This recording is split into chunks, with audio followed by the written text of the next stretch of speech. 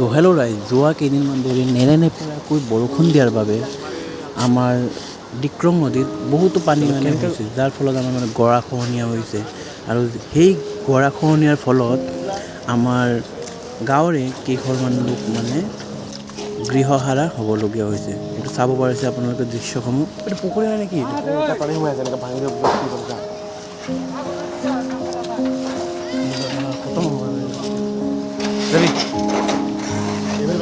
মাথা ভাঙি গ'ল যাব না তার মজা পানি খতম হয়ে যাবে পিছত আমাৰ এইফালে কিন্তু কোনো আমি বেশি যাম কিনা কিন্তু এইফালে বহুত যাব কি সকলো ৰাইজে তেওঁলোকক সহায়ৰ বাবে আহি উপস্থিত হৈছে।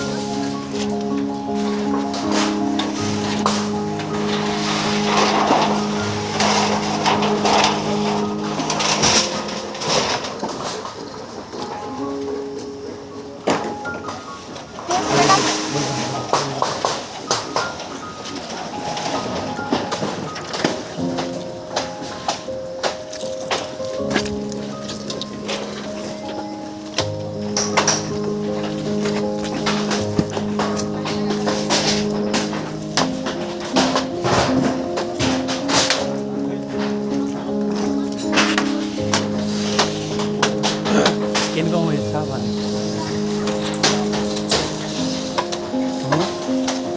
বেয়া সোমাইছে ভাঙি যায় এইটোতো ভাঙি যাব আৰু তাৰ মজা খতম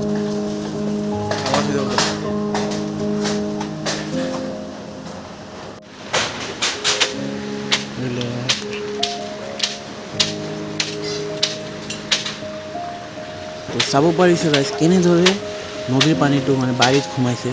এইটো চাব পাৰিছে দৃশ্যটো।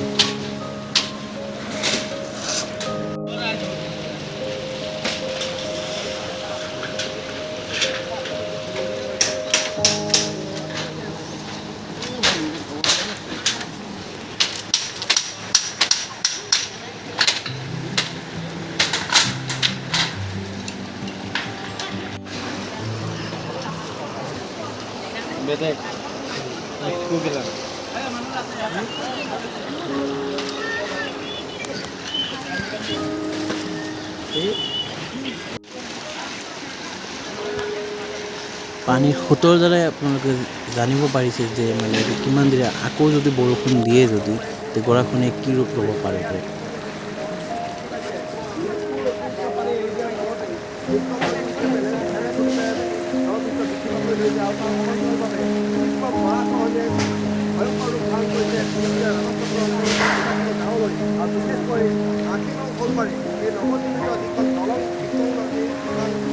দলং নিৰ্মাণ কৰি থকা হৈছিলে আৰু এই দলং নিৰ্মাণ কৰাৰ প্ৰতিষ্ঠানটোৱে কোনো ধৰণৰ পানী যোৱাৰ ব্যৱস্থা নকৰাৰ পৰিপ্ৰেক্ষিততে নদীখনে এইফালে জলবসতিৰ ফালে ধাৱমান হোৱাৰ ফলত এনেদৰে এতিয়া তীব্ৰ গৰাখহনীয়াই ভয়ংকৰ ৰূপ ধাৰণ কৰিছে। মোৰ লগত অঞ্চলবাসী জনসাধাৰণ আছে। তাৰ পূৰ্বে মই সামগ্ৰিক পৰিৱেশটো চেষ্টা কৰিছোঁ এয়া কিদৰে খহনীয়াৰ আৰু কবলত পৰি ইতিমধ্যে ঘৰ দুৱাৰ ভাঙিছে। এইসকল দুৰ্ভগীয়া লোকে নিতান্তই ক'বলৈ এটাই পাৰে যাব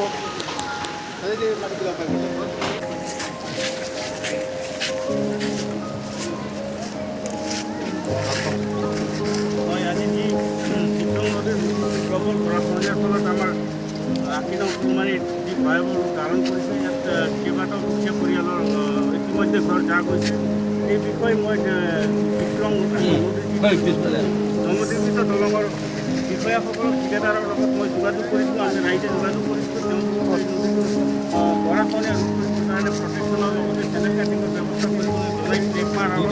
কিন্তু তেওঁলোকৰ নিজৰ কাৰণে আজি তেওঁলোকৰ নিজা ইচ্ছামতে কাম কৰাৰ কাৰণে আজি ৰাইজৰ গাঁৱৰ মাজত নৈখন ঠেলি দিয়াৰ ফলত আজি যি দুৰ্দশা হৈছে, ইয়াৰ কাৰণে সম্পূৰ্ণৰূপে দলং কৰ্তৃপক্ষ জগৰীয়া বুলি আমাৰ ৰাইজে ক'ব বিচাৰে। লগতে আজি জলসম্পদ বিভাগক আমি যোগাযোগ কৰাৰ মতে তেওঁলোকে PWD বিভাগৰ কথা কয় আৰু PWD বিভাগে কয় জলসম্পদ বিভাগৰ কথা কয়। গতিকে আজি যিটো ৰূপ লৈছে, গতিকে ইয়াৰ ফলত আমাৰ কেইবাটাও গাঁও আশীনং ফুলমাৰী, তেতেলীগুৰি, ডংগিবিল আদিকে ধৰি বিপুৰীয়া গোটেইখিনি নদীৰ এটা গতি নদী গৰা পৰিলক্ষিত হৈছে। ইয়াৰ বাবে ৰাইজে সুৰক্ষিত কৰিছে। ইয়াত এতিয়া ইতিমধ্যে কেইবাটাও ঘৰ আপোনালোকে এতিয়া ইতিমধ্যে মানুৱেল কণ্ডাৰী নামৰ ঘৰটো গুচি গ'ল। এতিয়া আইজুত চাংগা নামৰ ঘৰটো যাওঁ যাওঁ অৱস্থা। এইফালে টংকপ্ৰসাদ শৰ্মা, এইফালে তেজ বাহাদুৰ মিজাৰ, এইফালে সূৰ্যপ্ৰসাদ শৰ্মা, জিতেন শৰ্মা আদিকে ধৰি প্ৰায় 10-12খন ঘৰ যাওঁ যাওঁ অৱস্থাত আছে। গতিকে মই আপোনালোকৰ মাধ্যমেৰে এটাই অনুৰোধ জনাব বিচাৰোঁ চৰকাৰক যে বিভাগীয় মন্ত্ৰী আহি ইয়াত নিৰীক্ষণ কৰি ইয়াৰ ওপৰত বিষ তদন্ত ল'বৰ কাৰণে, লগতে বিভাগীয় কৰ্তৃপক্ষই এতিয়ালৈকে ইয়াত প্ৰটেকশ্যনৰ চিন্তা নকৰাত আমি ৰাইজে সংযুক্ত কৰিছোঁ। এইটোৱে ৰাইজৰ ফালৰ পৰা আপোনালোকক অৱগত কৰিছোঁ।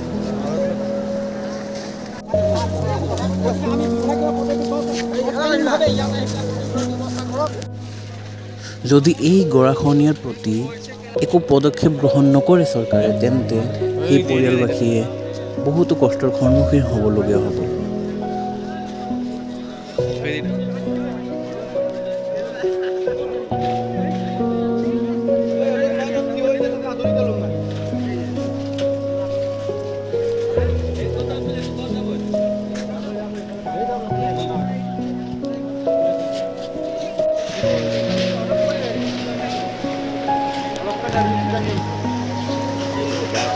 पूरा दर